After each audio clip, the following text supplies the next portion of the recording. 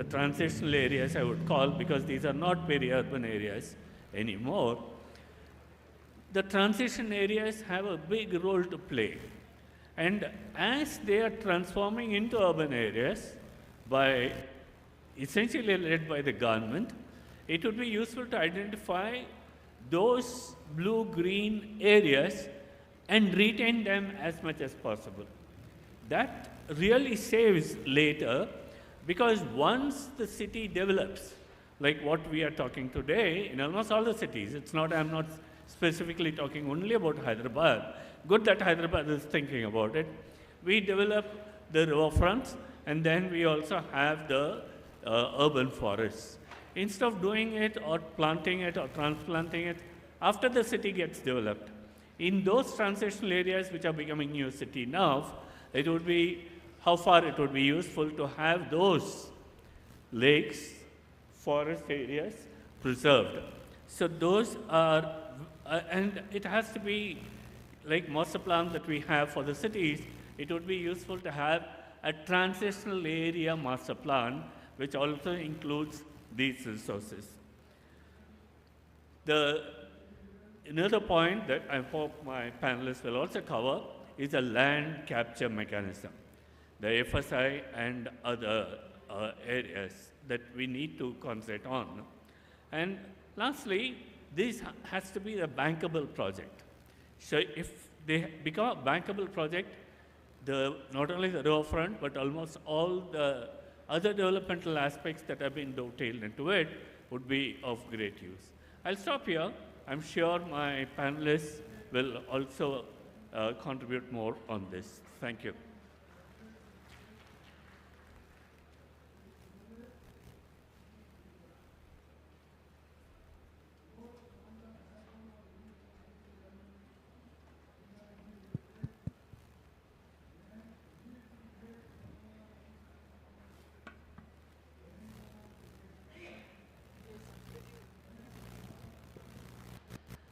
Thank you very much, Professor. I will, on behalf of MRDCL, I would like to start this panel discussion. Sir, Rajender ji, आपके experience, you have a lot of experience. You have been working for last 50 years in this particular field of river rejuvenation. When we are planning for Musi rejuvenation, we have studied extensively about the floodplain and the pollution that is caused.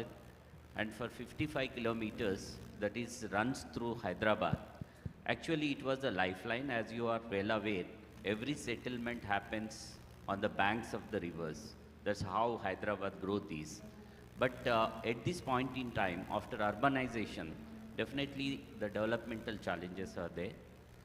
Then now this government has taken up as a flagship program to rejuvenate it, give that blue and green waters, green spaces for the better living of the citizens of Hyderabad. With your experience, can you please suggest us the plan you have seen? Just now I have taken you around our stall and what are the plans in place. With your experience, can you please suggest us if there is any improvement to be done, the way we are going forward, is it aligned with what exactly the rejuvenation is meant for? Thank you, sir. The first of all, I congratulate to this young Telangana. Why? Because this state is really working on the light of Indian Constitution. The Indian Constitution, Section A40 and Section 51AG, the state to the lakes and ponds and rivers. This is the duty of the state, the protection of the lakes, ponds, river and forest. So this state is really on the right side. You know, the river have the three rights. One right is the land of the river. The land of the river, you can't use of the industry or commercial complex. That land, the river land, only for river. And this government done a very wonderful job. The river have the three type of the land. One is the blue zone, and second is the green zone, and third is the red zone. So they really marking the land of river. So this state is moving toward giving the right of the river to river. So I just congratulate on this line. And another thing, yesterday I meet to my friend Rajan, he showed the Hedra. And I visit, when I come and I go back to the visit on the side of the Hedra, I seen 3 ponds, rejuvenation. That is also good work. Because if you rejuvenate the river, so you decide the relation with the ponds and lake with the river. The river is flowing with the recharging of the water in the ponds and lakes and forests. So this is also good thing. So I am, why I am congratulate, first I tell you. And now I say something. I came from desert state of country where the arid zone and semi-arid zone called Rajasthan. The 50 years before, when I resigned the government of India and moved to the field of ground, so that time people is displaced. Nobody, the young people living there. Just some old people living there, and they are the sick from the night blindness due to the malnutrition. So that time I am a doctor. Today I am not doctor. That time I am doctor because I am in the government of India. So I resigned and I moved to field. So I start the treatment. After the 9 months, lot of people cured. And one old man stand up and speak to me, "Oh Rajendra, what are you doing?" So I told, "You not seen anything before, now you can see in this world." He say, "But you know, when I see this world, my pains is increased." So I asked why? Because before, the all people of my village, they are putting the water in my pot. And when I see this all world, they can't put the water in my pot. So I am, that time he is the 73-year-old. So he say, "I am going fetching, drinking water 10 kilometers far away, so you create my pains." So that time, I start the de-learning of the education of university. And I learned from my community. And I start the work is the water conservation. And due to that conservation, after 15 years, my river Arvari flowing perennial. That is the seasonal river. And dry and dead region, no recharge. The rains is not coming due to the heat waves and the climates, all climate disaster there. And they at that time, the singing the song, my old people, you listen. The clouds come every year, but we don't know the angerness of the clouds. And where go these clouds? Due to the heat waves, the barren land, due to the mining, that area is the barren.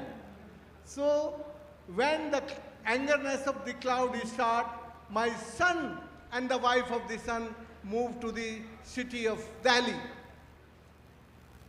So you can understand what is the crisis that time. And why this disaster come? Because our technology and engineering, that technology and engineering not really with consciousness and concern equal to the need of the human being and nature. When we are using the technology without consciousness and concern, that technology creating disaster. So, my dear friend, now in last 50 years, the change the song. The clouds come, now no angerness in the clouds. They are giving the rain to every year. And my son and the wife of the son returned to the home, and now they are doing agriculture. So, if your rejuvenation of the river Musi and you really respecting the right of the flow, the two right of the river, the one right of the land and second right of the flow. That flow, if your flow is not clean and continuous flow with freedom of river, so that is not, that is create some problem. So just I request you, first suggestion, your plan is very good. I welcoming your plan, but just bother about the clean and continuous flow with freedom in the river. Just the simple suggestion to you. Thank you so much, sir. It's really experienced suggestion. Would you like to respond on this, sir?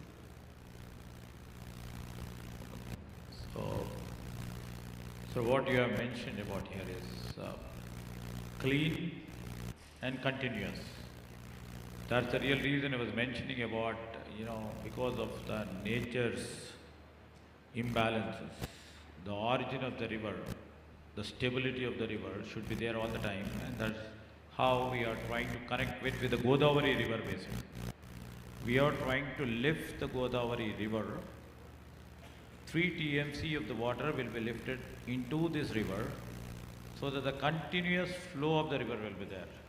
And coming to the cleaner, this thing, we have put about 50 STP packs. We shall be cleaning this river water all the time. So this are the two important aspects what you told. We are taking due cognizance of that. And times to come, we would like to interact with you. Try to put the papers in front of you, sir. Thank you. Thank you so much, sir.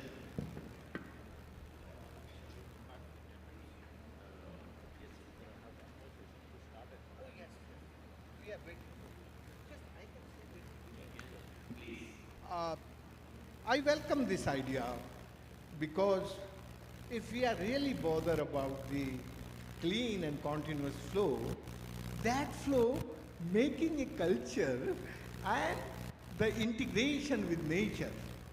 And this way you can create a green jobs and green infrastructure. The green job and green infrastructure is always moving to the sustainability. So the sustainability word come in India more than 1,000 years before. But now we can really move, as per the minister says, now due to the pressure of the population and different type of the commercial pressures from the river. So we can think in a new way, in a innovative way, what we can support to the flow of the river. Thank you, thank you. Thank you, sir. Sir, this is to Mr. Spa. You have been working with World Bank, and you have been working on various areas, particularly the floodplains, how to control the floods and all. So, with your experience, how do we integrate the sponge box, floodplains, wheelways, and urban wetlands into the Musi river corridor? Thank you. Thank you, sir.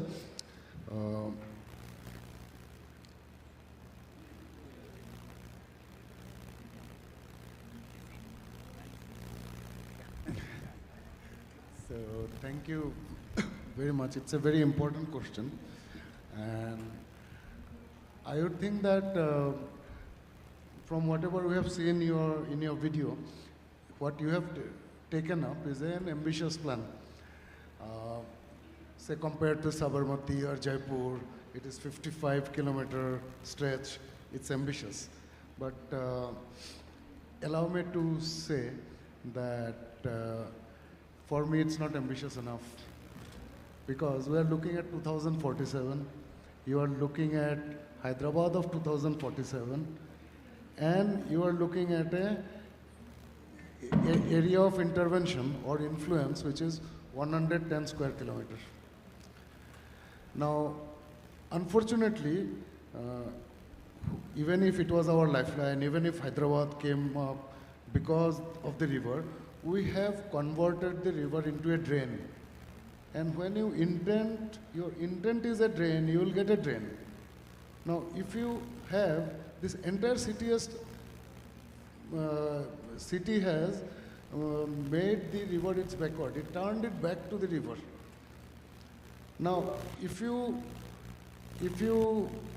do not change that, turning the cities back to the river, you will have a cleaner drain, you will have a bigger drain, but you will still continue to have a drain and not a river.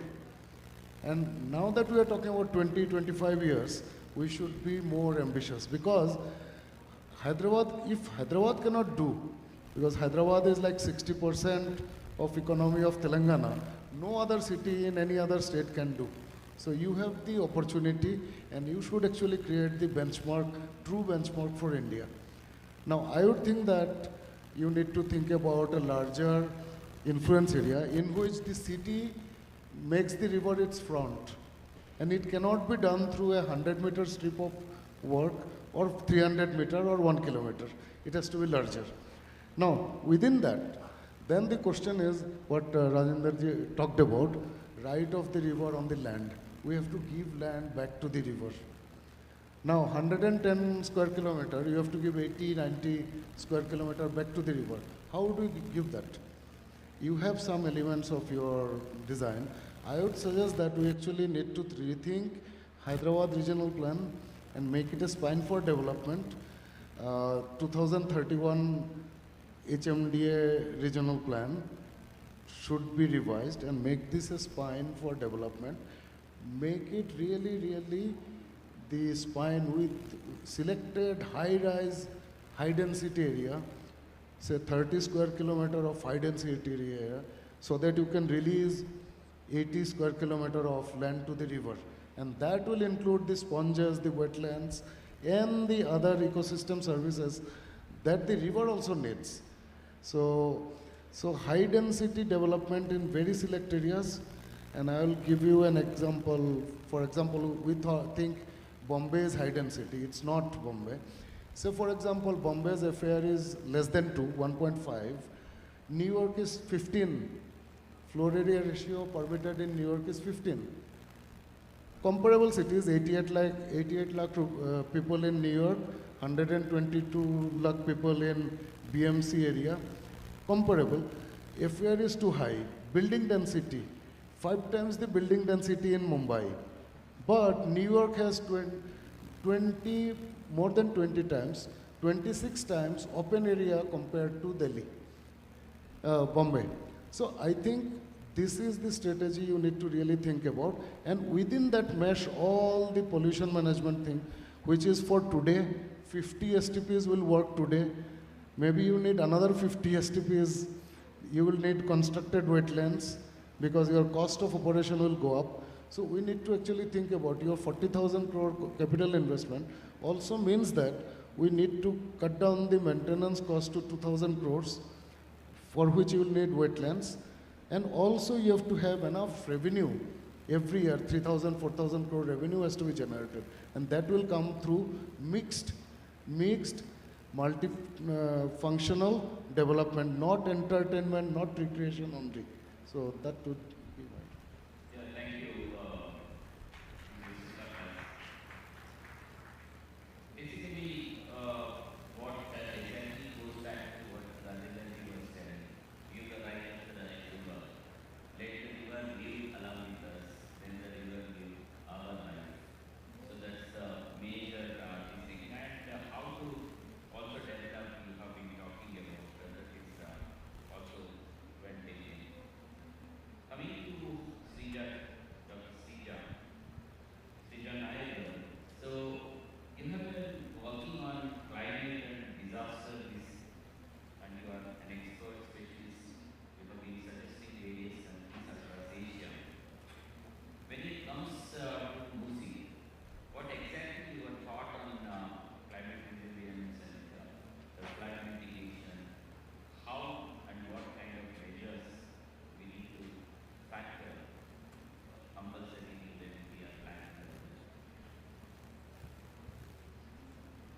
Thank you very much. Hello. Thank you very much.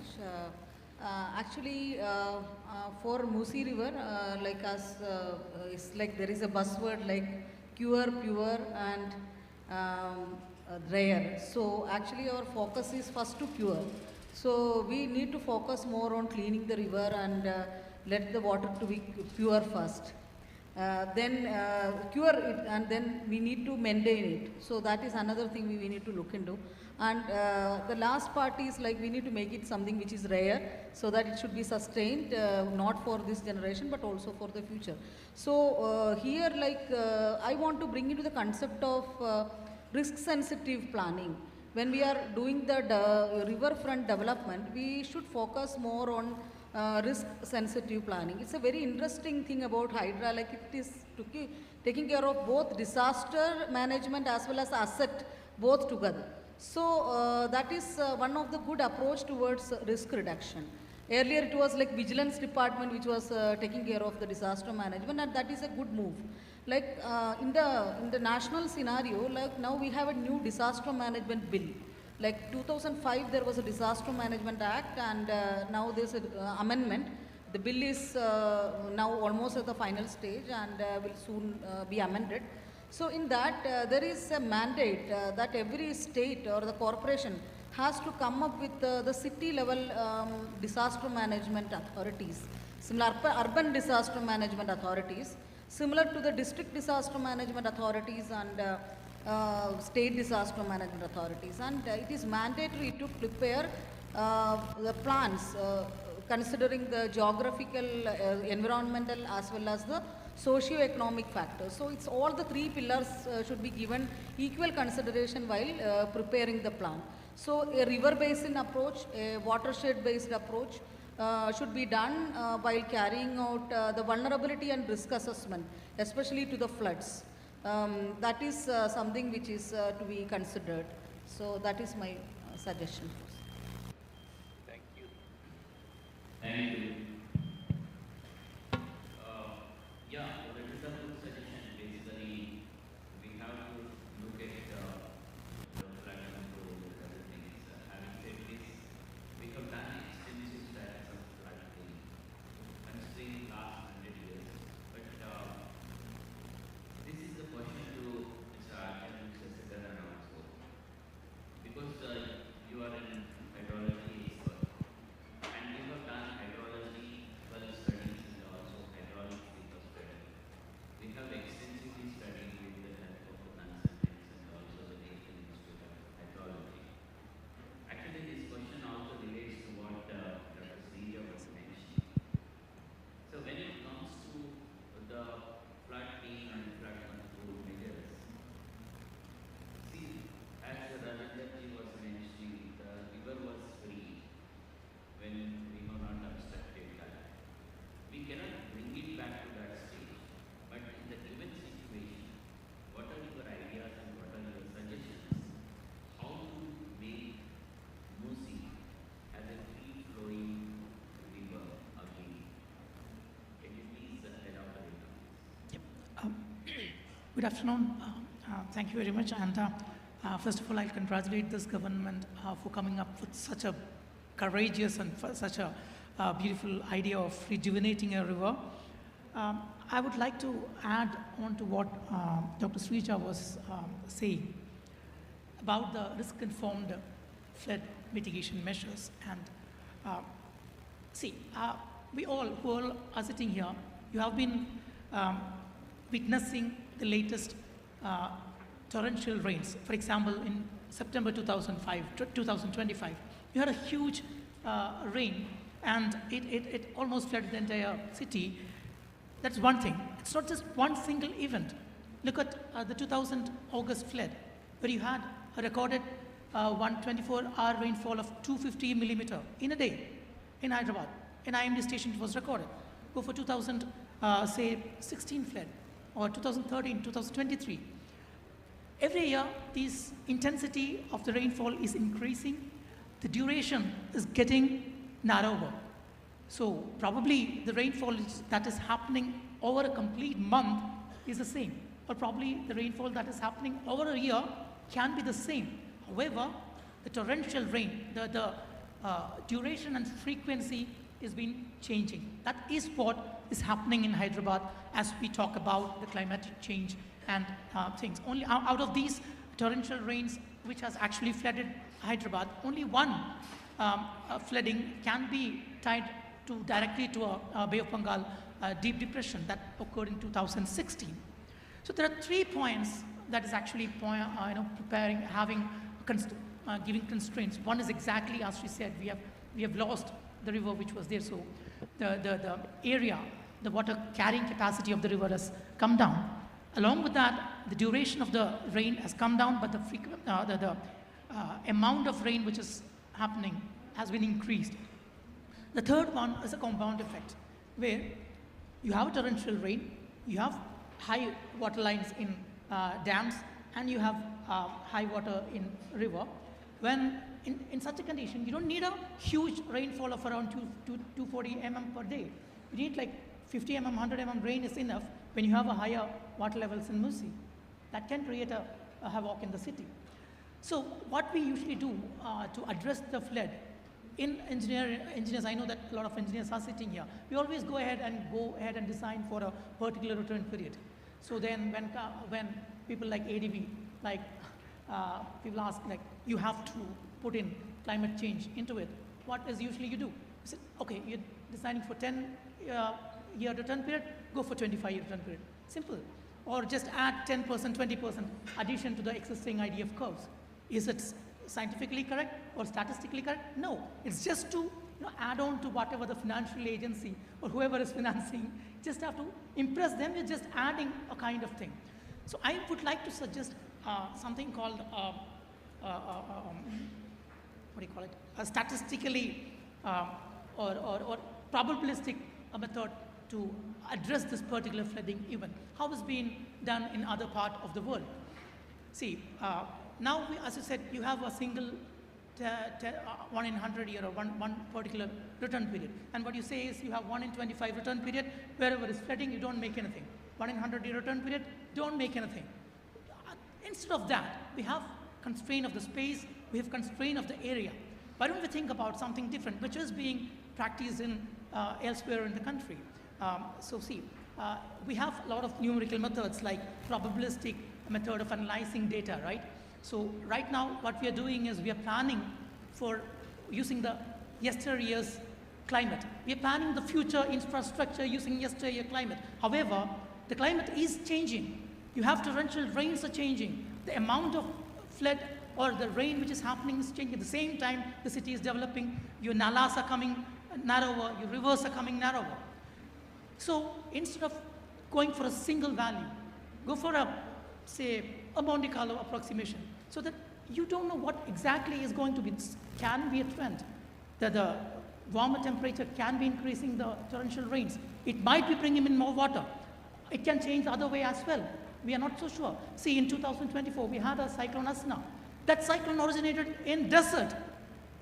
Cyclones are not supposed to be originating in desert. In such an uncertain conditions, we should go for something like a probabilistic approach for having a range of values for projections, which will give you a realistic, more probably robust, probably practical, viable, economically viable solution to address the flood issues or inundation issues. And again, as I said, the compound effect of different parameters, a moderate rain plus a moderate water level in Musi can create havoc in the city because of the constraints. So whenever the green, blue infrastructure that is being proposed for the Musi, you should look into the issues that has been already prevailing in the city. A city especially was grown around Musi River. So this compound effects has to be studied, has to be hydrologically analyzed, has to be identified and come up with a protocol instead of just making embankments and then creating a 50-meter buffer. Use this probabilistic approach and you give weightage to the infrastructure, give weightage to the socio-political, economical, natural vulnerability, and then decide where to give green buffers or blue buffers instead of just making a buffer all around the city. You don't need that. You do have low-lying areas. Use that as a buffer. Create a playground there. Create a football ground there. Have a flood. Let it flood. It's not going to make a lot of environmental or economical impacts. Let it flood. Let that be a recharging thing. Just like a lake, if you're not able to connect the excess water that is coming in Musi River, connect it to a football ground. Make a football ground or a park in a low-lying area where the probability of flooding can be less than or higher than 4%, like more than 25-year return period flood. Yeah, Use that understood. as a buffer. Yeah. So, in order to mitigate the floods, try to understand the hydrology, the drainage pattern, and the drainage pattern, particularly in the cities. It is nalas, address nalas, and how to take care of the low-lying areas you have been telling. That's actually exactly the part of our planning. So not only that, but how to treat the sewage that has been coming for so long. So that is also taken into consideration, and the plan includes. Coming to Miss Alex, you have heard all other panelists. So with their experience and with your experience having worked in ADB for over 25 years, so how you define Musi, and thanks that ADB is now also partnering with us, and you will be guiding us in making our DPR perfect and then getting into the execution. When it comes to the water management, flood management, the nature-based solutions, and also how to connect to the people, this is also very, very important. So what is your thought into that? And can you please give your thought? Yes, thank you very much. Thank you, first of all, for inviting us to this panel. This is a great honor for us to be here. The Musi River is deeply embedded in the history and identity of Hyderabad, as we could see during this fantastic movie that was shown at the beginning. So the Musi River has accompanied the city through decades of remarkable economic and spatial transformation. However, this comes with challenges that need to be addressed. Indeed, as the city has expanded, the river has gradually taken on multiple challenges, and we have extensively discussed about this, such as receiving wastewater, stormwater, solid waste also that is going into the river. All this is placing increasing pressure on its natural capacity to function as a healthy river system. Also, the development along the floodplains and evolving hydrological patterns, as we discussed also, have also altered the river's natural behavior, leading to higher flood risks in some areas. Water quality challenges affect environmental conditions and public health and well-being. These pressures are widely recognized, and most importantly, they point to a clear opportunity. With sustained investment and coordinated action, the river systems such as Musi River can be restored as a resilient and productive urban river. So in terms of opportunity, last June, ADB President, Mr. Masato Kanda, after meeting with Prime Minister Narendra Modi, announced that ADB will invest up to $10 billion over the next 5 years to transform urban infrastructure and support India's growing cities under the Urban Challenge Fund, designed to catalyze innovative, performance-oriented, and private capital leveraging urban investment. These blue-green infrastructures that we are talking about today, such as proposed in the Musi River Rejuvenation Initiative, combining environmental restoration with economic productivity and high-quality public space, is exactly the type of transformative, result-driven project that the Urban Challenge Fund seeks to support. Blue-green transformation is most effective, as we discussed also, when it's planned through an integrated water resources management approach, which looks at the entire river basin as one interconnected system. And very important, and this relates to your question, at the center of this project are people and communities. Strong community consultation, participation, and local stewardship are essential for long-term sustainability. This means ensuring that communities along the river benefit directly from the improved environmental quality, safer public spaces, better access to services, and enhanced economic opportunities. Riverfront development also opens pathway for new livelihoods and green jobs in waste management, for example, ecosystem restoration, riverfront development. Ecotourism is also an important part, urban agriculture, and the development of small enterprises. Another important aspect is women participation, youth engagement, and community-based monitoring that will be also important drivers for lasting successes.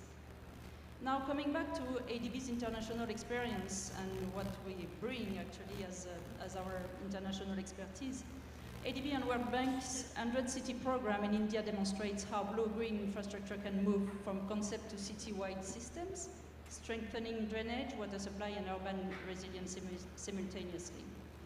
Another example outside India is that is particularly relevant for river rejuvenation and ecological restoration is the ADB's long-term engagement for integrated river basin management in China, in the Yangtze River Economic Belt and in the Yellow River Ecological Corridor.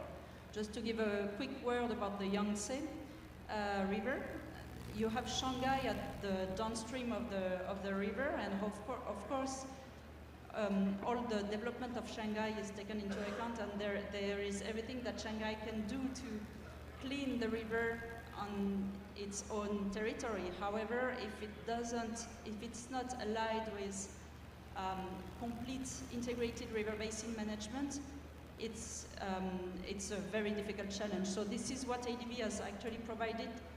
Since 2014, ADB has supported around $3 billion in ecological restoration investment in these river basins, benefiting more than 70 million people.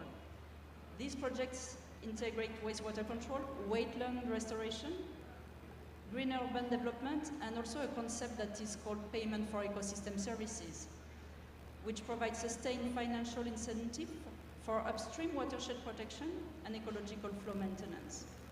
Another example is in the Philippines, where ADB has its own headquarters. ADB is revitalizing the Pasig River that is passing through Manila with integrated policy, planning, digital technology, and cross-sectoral investments. So this is in support of the Pasig River Urban Development Authorities and in support of their priorities, which are the water system rehabilitation, transportation, recreation, mixed-use development, tourism, and sustainable human settlements. So to conclude, this Musi Riverfront Development Project has the potential to become one of India's most compelling examples of how cities can align economic dynamism with environmental restoration and social progress. This is not only about reviving a river, it's about shaping Hyderabad and more largely river cities' future around resilience, quality of life, and sustainability. And with the combined momentum of state leadership, national initiatives such as the Urban Challenge Fund, and long-term partnership with institutions such as ADB, the Musi River program can be structured as a scalable, financially sustainable, and climate-resilient investment platform that can serve as a national and regional model for blue-green urban transformation. Yeah, thank you. Thank you. Thank you, Ms. Alex. As you said, Musi Rejuvenation is not a project. It is shaping of the Hyderabad ecosystem for better living standards, social aspects, and giving the blue and green environment to the citizens of Hyderabad. Very good thought into that. Last question to Rajendra ji. आपने बहुत सारे reverse rejuvenation वहाँ पर राजस्थान में करी. अब आप इससे पहले आंध्र प्रदेश जब था आप एडवाइज़र भी थे अपने रिवर रिजुवेनेशन प्रोजेक्ट्स पे, मूसी पे. जब भी आपके जो भी थॉट प्रोसेस है वो अपने को बताया था. And now coming to this particular rejuvenation project taken up by Telangana government at this point in time. As everybody pointed out, we have considered every aspect, the hydrology, the floods, given shrinking of the river bed, some points in some areas.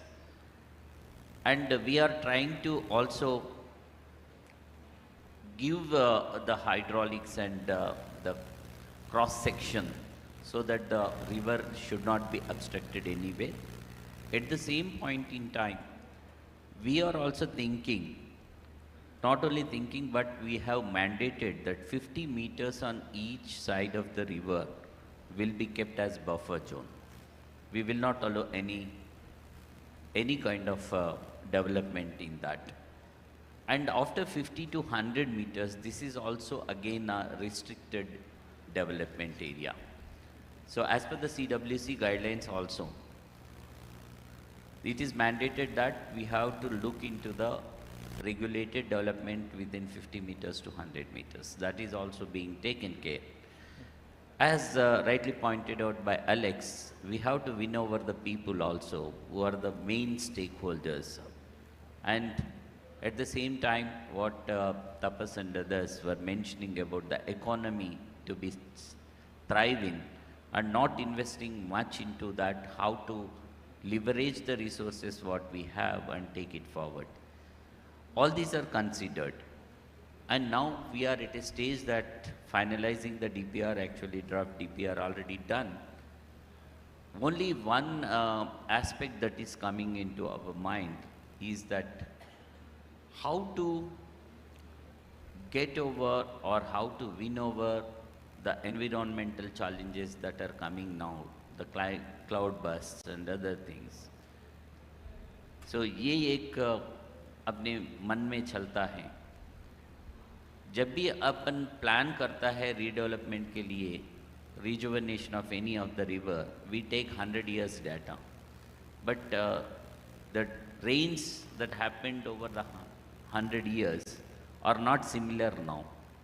So in the given situation, आप पुणे पे भी एक मूसिका, पुणे पे भी एक river का rejuvenation, हाँ, वो रिवर पे आप काम कर रहा है, वो भी एक अर्बन प्लेस है. We have studied extensively. Our team has been sent to South Korea, Japan, and various other countries to study how the development happened there. Of course, we have brought in all the factors into this. But Indian context में आपका एक सूचना अपने को देना है. You want to give a final advice to us. What is that we should keep in our mind to take this forward? Very good. This question is really very much near of my heart. क्यों? क्योंकि मैं आपको थोड़ा सा पहले अपना अनुभव share करता हूँ, फिर उनके सीधे सवाल पे आता हूँ.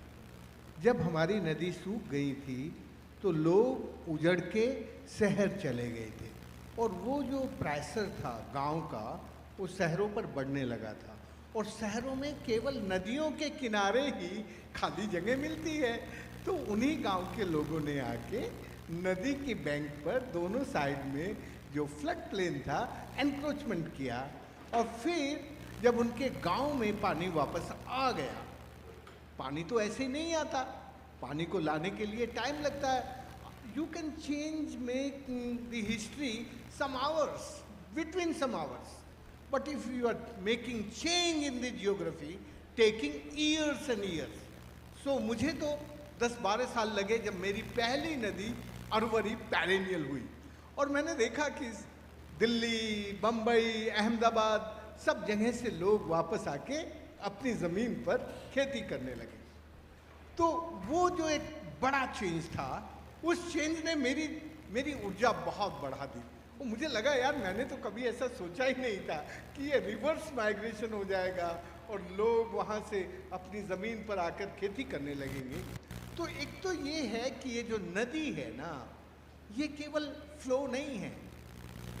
नदी ये really base of your culture, civilization and nature integration. Nature, culture and civilization integration name is the river. तो जब आप अपने समाज को अपनी नदी के साथ जोड़ देते हैं तो सर आपका काम आसान हो जाता है। तो फिर क्या हुआ, जब हमारी नदी बहने लगी तो लड़के वापस आए और इन लड़कों ने सबने गन्ना बोना शुरू कर दिया। तो मैंने कहा यार राजस्थान में गन्ना थोड़ा ही हो सकता है, तो 1 साल में 2 साल में दोबारा सूख जाएगी। अच्छा, हमारे लड़कों की शादी नहीं होती थी तब पहले, क्योंकि पानी नहीं था। तो जब नदी में पानी आया और ये लड़के वापस लौट के आए, इन सब की शादी होने लगी, इनकी सब की नई बहुएं आ गई। तो ये लड़के तो मेरी बात सुने नहीं, क्योंकि उनको तो गन्ना मिल गया था, गाड़ी में भर के शहर में बेचने जाने लगे थे। मैंने इनकी सारी बहुओं को बुलाया और बुला के कहा कि देखो, यदि ये गन्ना बोएंगे तो फिर ये गांव उजड़ेंगे, और यदि गन्ना बोना बंद करोगे तो तुम दोनों पति पत्नी यहां गांव में रह सकोगे सब। इन औरतों को समझ में आ गया। Really I can say the Indian woman is always silent and behind of the man, but you know she is really deep concern with nature, and she have the character of the nourishment of nature and human being. इन औरतों ने कहा तो फिर क्या करें? तो मैंने कहा कि यार देखो, इन पतियों को समझाओ कि ये गन्ना वन्ना नहीं बोए, ये इलाका गन्ने का नहीं है। तो इन्होंने कहना शुरू किया, पर पति कहाँ सुने। तो फिर मैंने कहा इन औरतों से कि इन पतियों को कह दो कि यदि तुम गन्ना बोओगे तो मैं तुम्हारे साथ नहीं रहूंगी। मेरी हिंदी आपको समझ में नहीं आ रही है, पर ये दिल की बात तो मैं अपनी दिली भाषा में ही कह सकता हूं।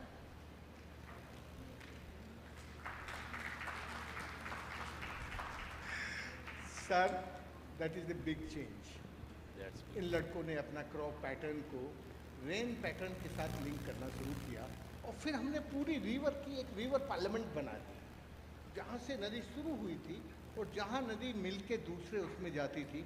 वो जो रिवर पार्लियामेंट ने है, उसने हमारे क्रॉप पैटर्न को हमारे रेन पैटर्न के साथ लिंक कर दिया।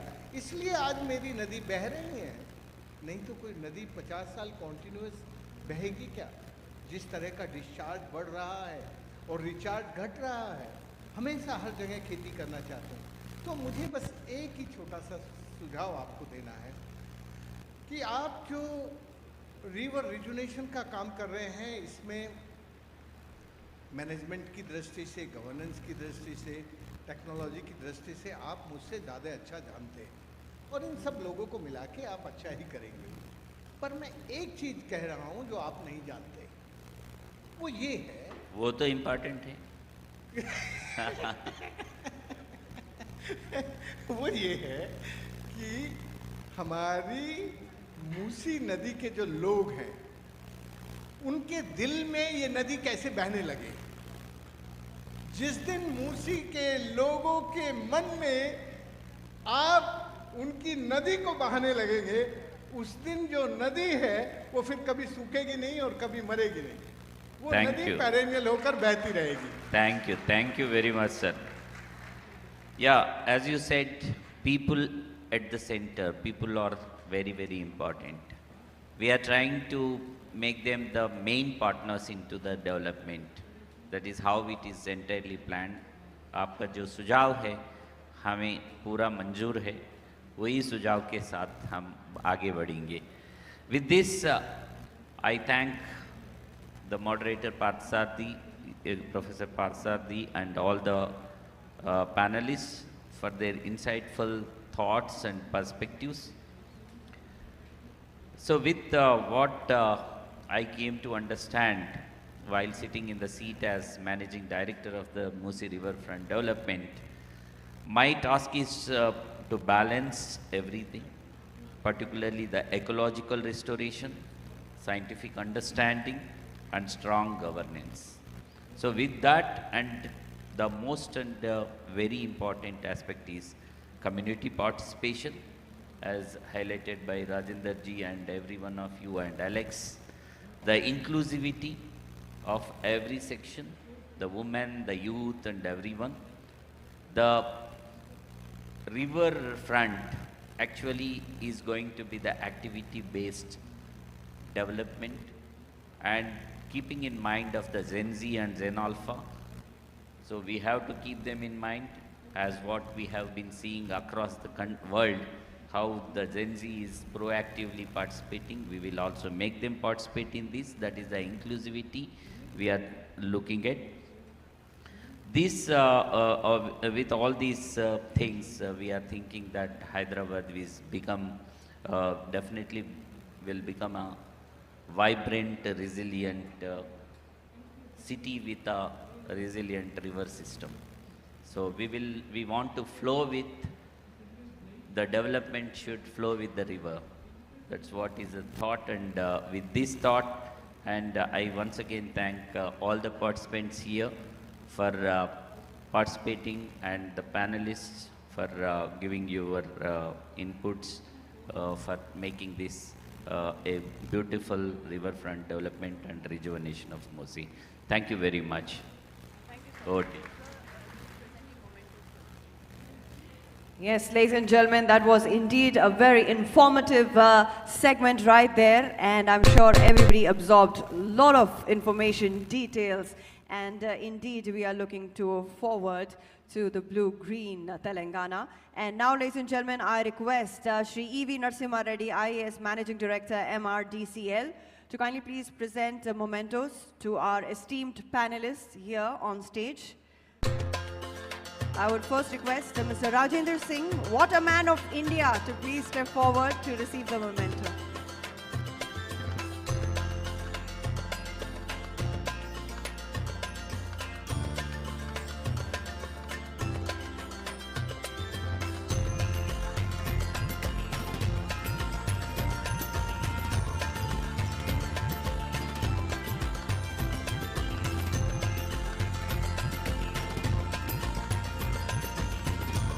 Request Ms. Alexia Michels to please step forward to receive the felicitation.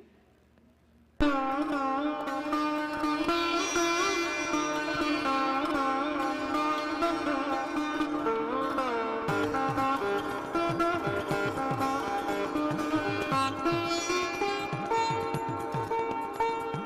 request Mr. Tapas Paul to please step forward.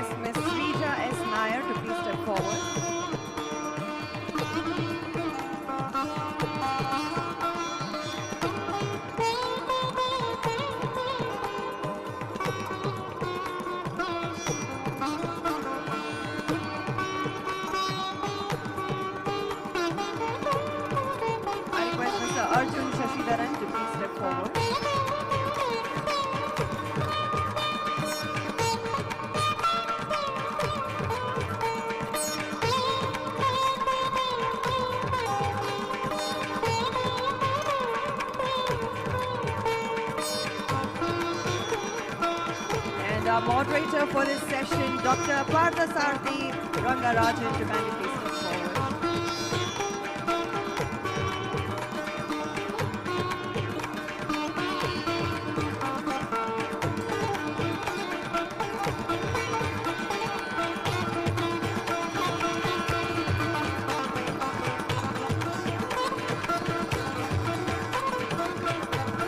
We can now have a group photo opportunity.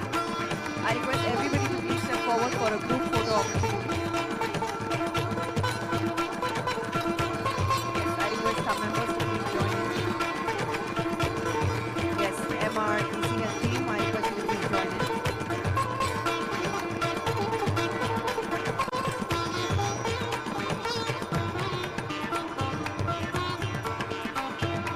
So this was the Musi Regeneration and Blue-Green Infrastructure in Hyderabad.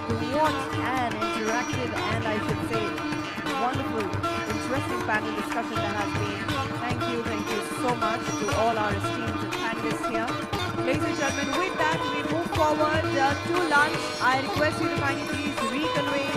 Please come back by 2:15 for our next session, which is Building Telangana's Entrepreneurship Ecosystem Ease of Doing Business 2.0.